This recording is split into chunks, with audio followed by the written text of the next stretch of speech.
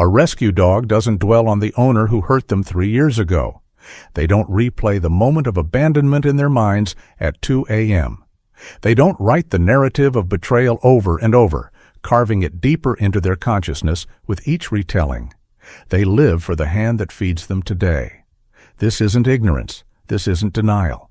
This is survival wisdom we've forgotten in our endless loops of rumination and psychological archaeology. While we're busy constructing monuments to our pain, the rescue dog is busy constructing a new life. Today, we're going to sit with what rescue dogs understand about trauma that most humans have forgotten. Not because dogs are simple, but because they carry an ancient intelligence about healing that our complex minds have obscured. This isn't about comparing human suffering to animal suffering. This is about recognizing that the same nervous system that allows a beaten dog to trust again exists within you. The same capacity for renewal. The same biological imperative toward connection, despite everything. When you meet a rescue dog fresh from trauma, you see it immediately in their body. The lowered head, the averted gaze, the careful measured movements. Every muscle holds the memory of what happened. You know this posture. You've lived in it. The human version looks different, but feels identical. The bracing before entering a room. The hypervigilance disguised as just being careful.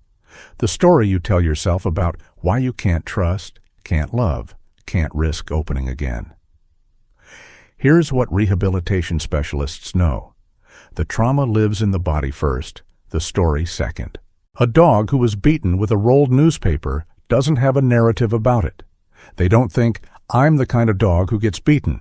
They simply have a nervous system that learned sudden movements equal danger, raised hands equal pain. You too learned these equations. Your body learned them before your mind could make sense of them. The body keeps the score. The body remembers what the conscious mind tries to forget. But here's where the paths diverge.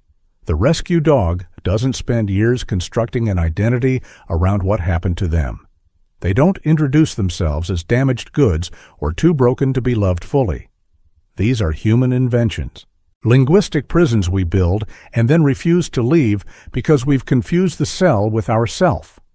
The dog simply waits, watches, tests the new environment one careful moment at a time. Trauma in the human world becomes narrative. We are meaning-making creatures. We take the raw data of what happened and we weave it into story. This is our gift and our curse. The story goes something like this. I was hurt. Therefore, I am someone who gets hurt. This happened because of who I am, because of what I lack, because of some fundamental unworthiness that drew the pain toward me like a magnet. Listen to how much interpretation lives in that story, how much conjecture, how much future predicting based on past events. The rescue dog has no such story. They have experience. They have conditioned responses. They have learned associations. But they don't have a narrative about what it all means, about their fundamental nature. When a new person approaches, the dog doesn't think, here we go again. Everyone betrays me eventually. They think, if thinking is even the right word, unknown. Proceed with caution. Gather more data. This is not repression. This is not toxic positivity or spiritual bypassing. This is the absence of unnecessary narrative overlay. This is what Buddhists might call direct experience before the mind adds its commentary. In rehabilitation work, the breakthrough comes when the dog realizes, this hand is not that hand. This person is not that person. This moment is not that moment. They don't have to forgive their abuser in some abstract cognitive way. They simply discover through accumulated safe experiences that the past does not have to dictate the present. The body learns a new equation, slowly, tentatively, but genuinely. Watch a rescue dog in their first weeks in a safe home. They don't heal in a straight line. Some days they're brave, they take the offered treat. They venture into the living room, they make eye contact. Other days they retreat. The old fear surfaces. A sudden noise, a raised voice in the street, a movement too quick, and they're back in survival mode. This isn't failure. This isn't regression. This is the non-linear nature of healing that humans forget when we expect ourselves to be over it already. The dog doesn't judge themselves for these fear responses. They don't waste energy being disappointed in their progress. They simply experience the fear, wait for it to pass, and return to the present moment. This is the practice. Returning. Again and again, not to the trauma, but to now. You can learn this. You can unlearn the habit of mental time travel that keeps you oscillating between past pain and future dread. The rescue dog is your teacher here, demonstrating what mindfulness actually looks like when stripped of all the apps and courses and retreats. Presence isn't a technique. It's a return to what you already are beneath the stories. The stories say, I am my trauma. I am what happened to me. I am the sum of my damages. Presence says, I am this breath. I am this moment. I am this body, here, now, safe enough to simply be. Let's talk about what happens in the nervous system during trauma and healing, because this isn't metaphysical theory. This is biology. When trauma occurs, the amygdala, your brain's threat detection system, gets hyperactivated. It starts seeing danger everywhere. It can't distinguish between real threats and echoes of old threats. Every shadow becomes the thing that hurt you. The rescue dog lives in this state initially. Hypervigilance, constant scanning. The nervous system stuck in survival mode, unable to downshift into safety. But here's the profound part. The nervous system can learn safety the same way it learned danger. Not through understanding, not through talking about it. Through experience. Co-regulation is the technical term. It means one regulated nervous system helps regulate another. When a calm, consistent person sits with a traumatized dog day after day, offering safety without pressure, something extraordinary happens. The dog's nervous system begins to synchronize with the human's calmer state. This works for you too.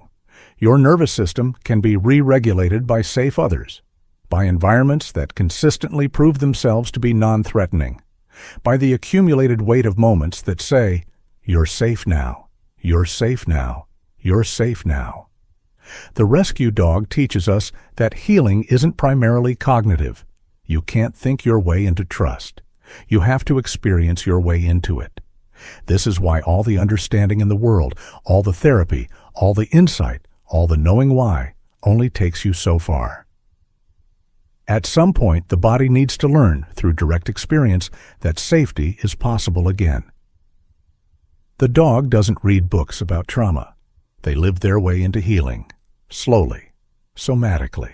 One safe moment building on another until the nervous system gets the message. The past is past. This is now. Here's what people misunderstand about forgiveness. They think it requires a cognitive reframe about the person who hurt you, a decision to let them off the hook or release your anger through some act of will. The rescue dog reveals a different kind of forgiveness, not the kind that says, what you did was okay, but the kind that says, I refuse to let what you did define my entire existence. Watch the dog who was starved learn to eat without fear. Watch the dog who was beaten learn to play. This isn't amnesia. The body still remembers. On some level, the wariness remains, but it doesn't run the whole show anymore. This is forgiveness as biological wisdom. It says, I'm going to allocate my energy to building a new life, not maintaining the old wound. You might protest, but I need to remember. I need to protect myself. I can't just forget what they did. The dog isn't forgetting. They're reprioritizing. They're choosing, if choice is even the right word, to invest in the relationships that feed them today rather than the ones that starved them yesterday. This doesn't mean you have to reconcile with your abuser. It doesn't mean you have to let toxic people back into your life. The rescue dog doesn't return to their original owner. It means you stop giving your past more real estate in your present than it deserves. You stop letting the person who hurt you continue hurting you through the story you keep telling about what happened. The dog demonstrates what the Stoics taught. You can't control what happened. You can't control what others did to you, but you can control how much power you give those events over your present moment. This is the hardest teaching to accept. Because our story of trauma feels important. It feels like identity. It feels like the truth of who we are. Letting it go feels like betrayal, like we're saying it didn't matter. But the rescue dog shows us, letting go of the story isn't saying it didn't happen. It's saying what happens next is more important than what happened then. Rehabilitation specialists never rush a rescue dog. They understand that trust is built in increments so small they're almost invisible. A dog who won't make eye contact one week makes eye contact for half a second the next week. This is celebrated as profound progress. You need this patience with yourself. Healing doesn't look like a sudden transformation. It looks like a Tuesday where you noticed you didn't brace when someone approached you from behind. It looks like a conversation where you didn't automatically assume the worst. It looks like a moment where you caught yourself in the old story and chose, just this once, not to believe it. These micro moments are the work, not the dramatic breakthroughs, not the cathartic releases. The tiny, almost imperceptible shifts in how you inhabit your body and meet the world. The rescue dog doesn't wake up one day fully healed. They wake up one day and realize they've been eating from the bowl without checking the room for threats. They wake up one day and find themselves playing without remembering why they stopped playing in the first place. This is how human healing works too. Not through force, not through willpower, through the accumulation of safe moments, through the gradual reconditioning of the nervous system, through patience so deep it starts to feel like love. You practice the same way you rehabilitate a traumatized animal, consistent safety, no sudden movements, no pressure to be over it, just day after day of showing up, of being with what is, of allowing the body to learn at its own pace that danger isn't everywhere anymore. Some days you'll retreat into old patterns, the fear will surface, the story will feel absolutely true again. This isn't failure, this is nervous system memory. You don't judge the dog for having a bad day. Don't judge yourself either.